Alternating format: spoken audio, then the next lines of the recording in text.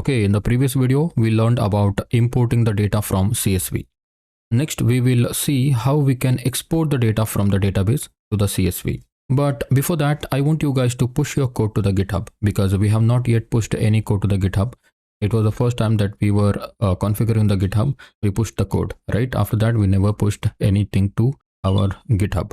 So currently we are done with the importing the data.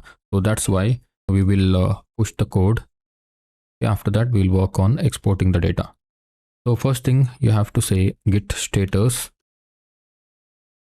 Okay, so git status is just because if you want to see any untracked files. All right. So these are some of the untracked files. So after that, I'll say git add -a. Okay. So now once you're done with adding the files to the git, then if you say git status, you can see all the files have turned to green. Okay, so now you can say git commit -m, and every commit needs a commit message. So in this commit, we actually worked on importing the data, right? So we'll say import data from the CSV. All right, at this point you can say git push origin main. So this will push all the code to the GitHub.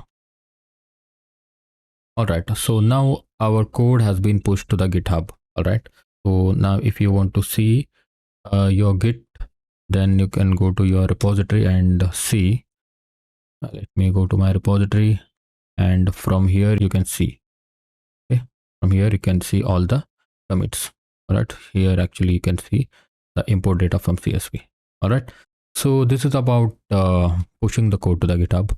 And in the next one, we'll work on exporting the data from the database to the CSV. All right. So thank you.